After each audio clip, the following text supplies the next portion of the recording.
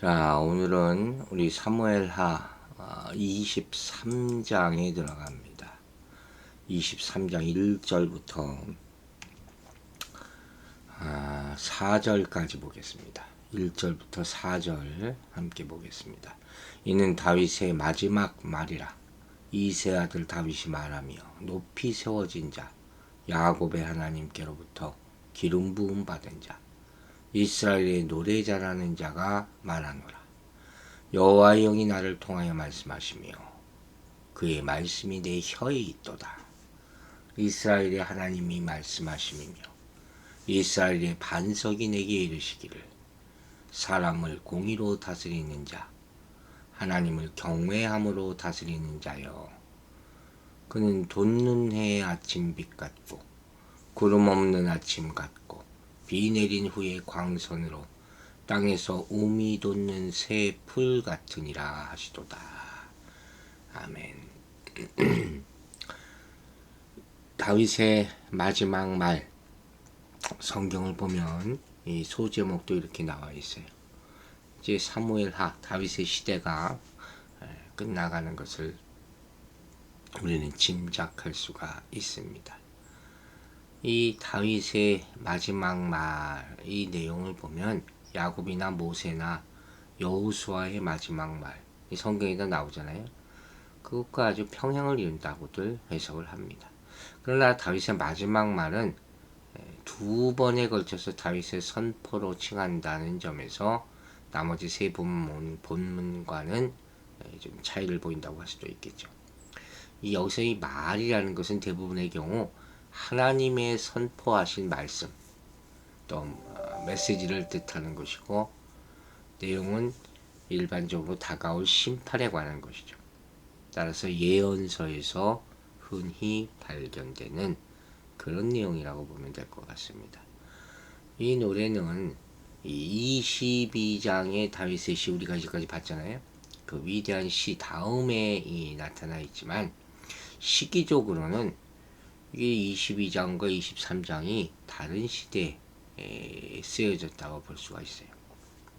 즉 22장의 시는 다윗이 주변 이방 국가들을 정복한 직후 곧 이스라엘 통치 초기에 시작됐다고 우리가 얘기했잖아요.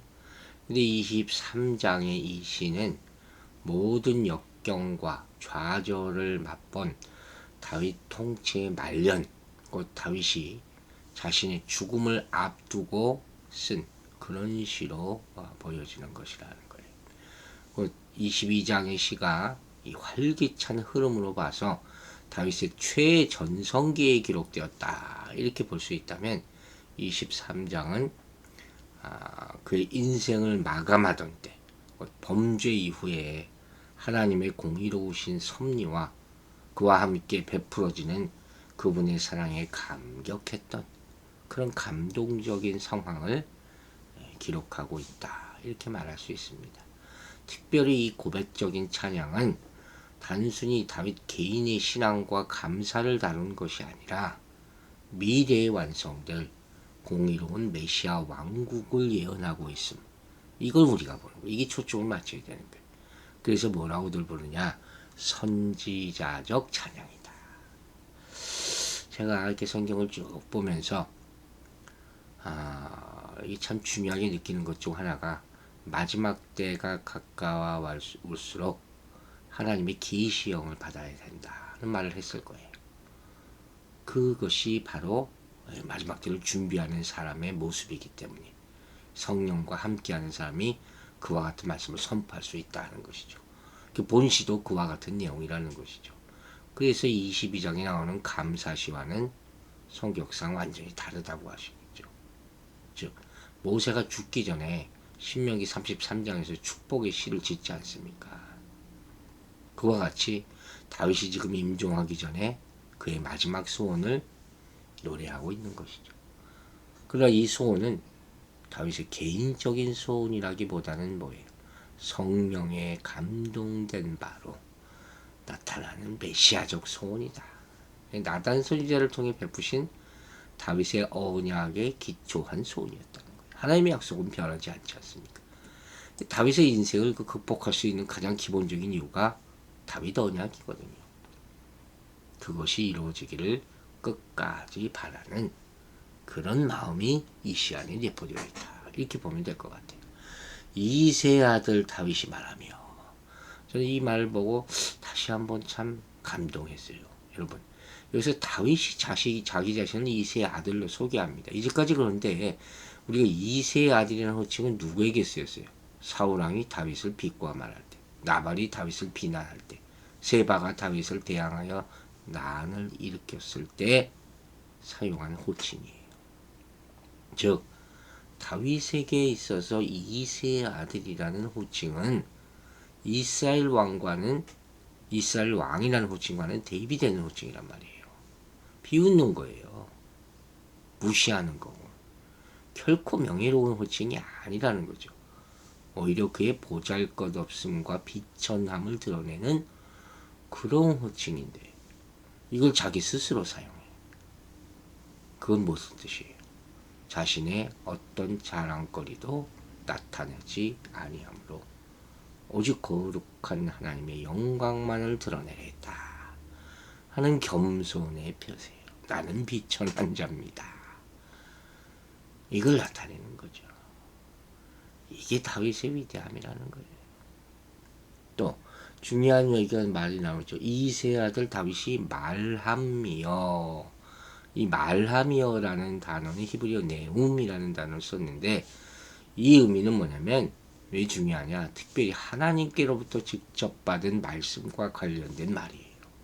즉 이 말은 선지자가 그의 메시지를 전하기 전에 갖추었던 서론적 형식인 여호와의 말이니라 이렇게 표현하는 거 있잖아요.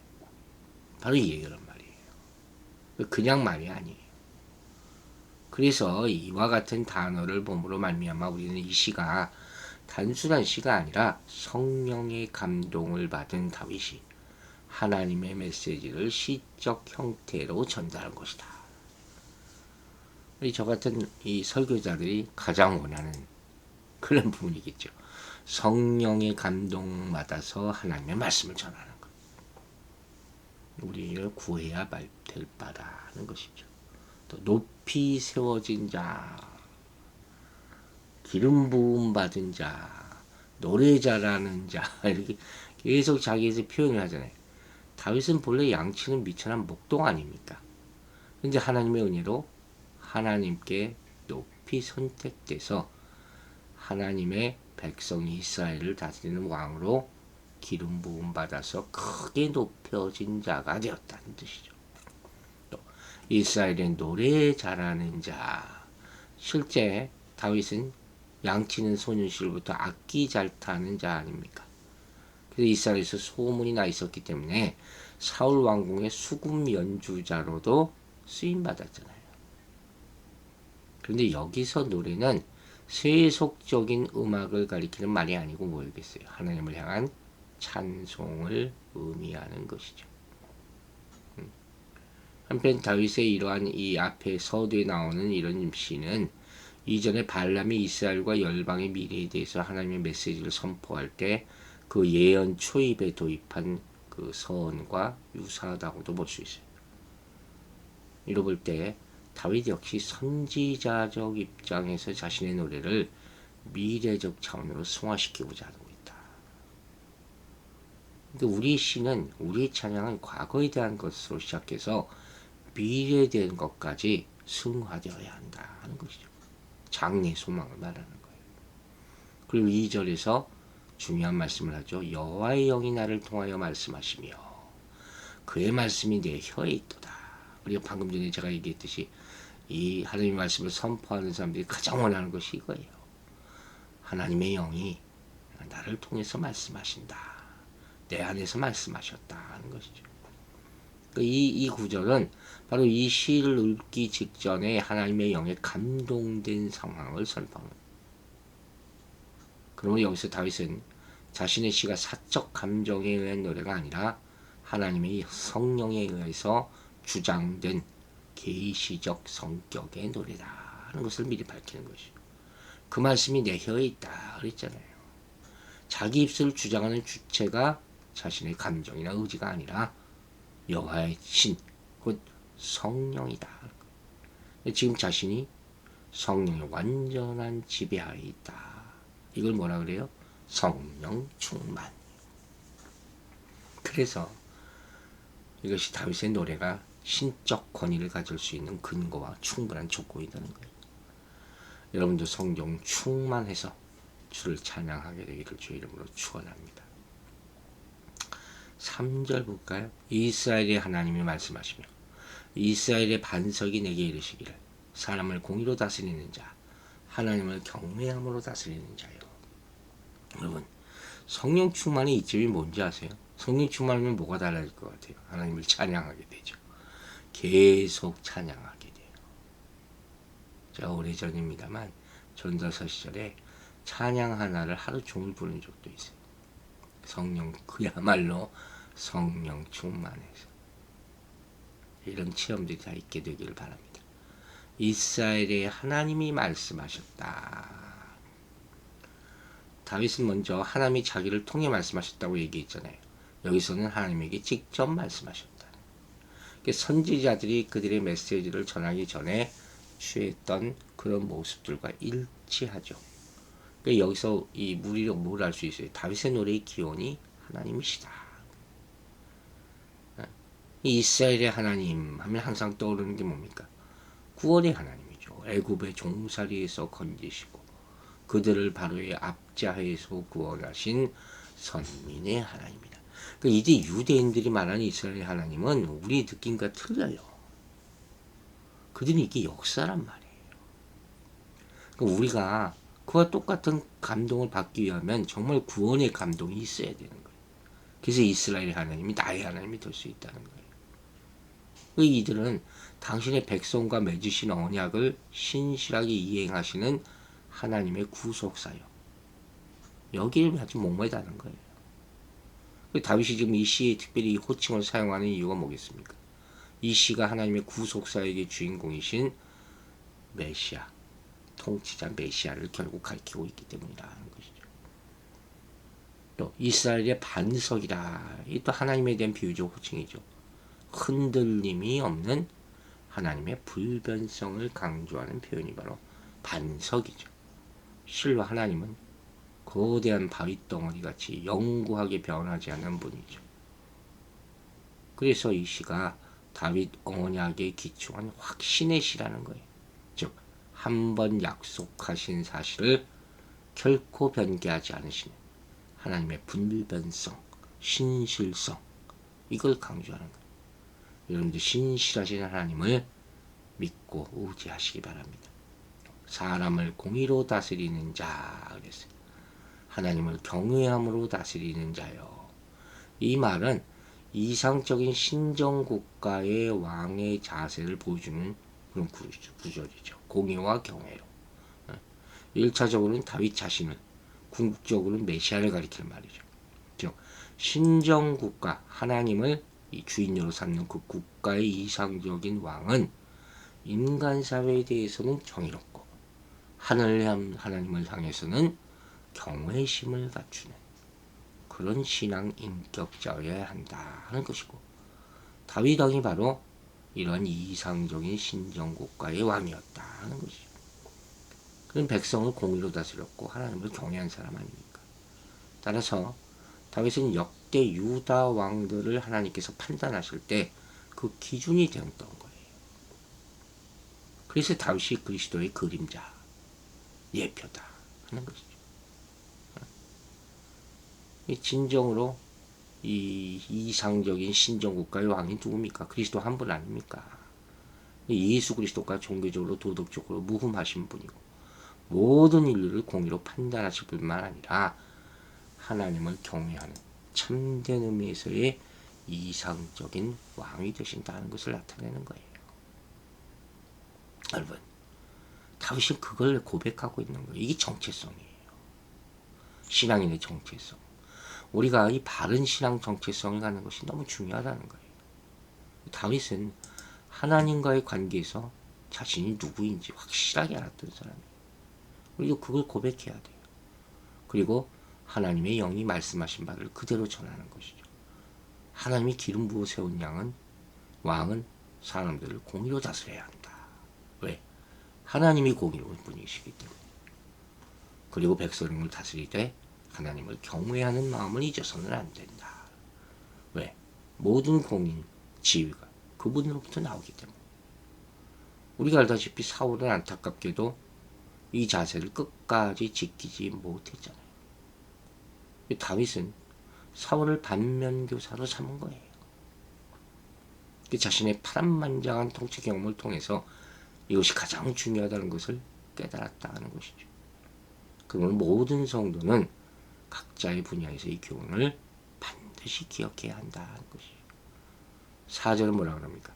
그는 돋는 해 아침빛 같고 구름 없는 아침 같고 비 내린 후에 광성으로 땅에서 우미 돋는 새 풀 같으니라.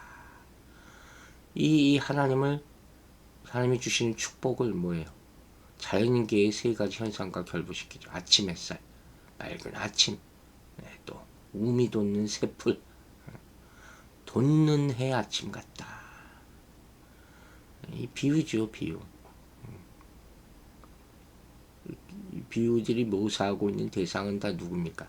메시아가 강림하신 후에 나타날 신세계를 말하고 있는 것이죠. 새로운 통치로 말미암아 이루어지는 이 땅에서 우미 돋는 새 풀 같으니라. 메시아의 통치의 결과를 표현하고 있는 것이죠. 돋는 해 아침 같고 마찬가지죠. 메시아 시대는 이와 같을 것이다 하는 거예요. 고통과 죄악과 부패, 온갖 어두운 흑암의 밤이 물러가고 기쁨과 번영과 행복과 이런 찬란한 아침 햇살이 비추게 될 것이다. 기도하는 가운데 한 그런 성령의 빛이 비춰지는 것을 체험할 때가 있거든요. 느낄 때가 있어요. 너무 기쁘죠. 그 하루는 보장된 하루예요.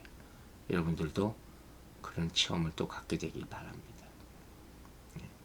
하나님께서 이 왕을 세우셔서 그 나라를 영광으로 이끄시는 그런 모습이 나타나 있어요. 하나님의 왕으로 세우신 이 다윗은 참된 하나님 나라의 왕이신 예수 그리스도의 모형이 된다고 그랬잖아요. 하나님은 예수의 십자가 사역으로 인간의 모든 죄를 사하시고 그분의 백성을 불러 모으셨어요. 그리고 예수 그리스도를 머리로 그분의 통치를 받는 교회를 세우셨습니다. 우리는 그분의 구원사역의 열매가 되어서 성령 충만함으로 오늘도 주를 찬양하게 되기를 주의 이름으로 축원합니다. 기도하겠습니다. 아버지 감사합니다. 성령 충만한 다윗의 시처럼 우리도 성령 충만함을 이 아침에 구할 때 주의 빛을 비추어 주시옵소서. 능력이 하나님을 찬양하오니 그 말씀을 내 혀에 주시고 그 혀로 주의 복음을 선포하게 하여 주시옵소서. 여호와의 영이 내게 임하였으니 주를 찬양합니다. 기쁘고 감사하며 우리 이 세상을 공의로 다스리게 하시 주시고 하나님을 경외함으로 다스리게 하여 주시옵소서. 돋는 해 아침빛 같고 구름 없는 아침 같고 비 내린 후에 광선 같고 웃는 돋은 새 풀 같은 하나님의 통치한 세상 그 영원한 천국을 바라보며 오늘도 주를 찬양하며 살게 도와 주시옵소서. 성령 충만함의 능력이 우리 모든 성도에게 임하기를 간절히 바라고 소망하며 예수 그리스도의 이름으로 기도했습니다. 아멘.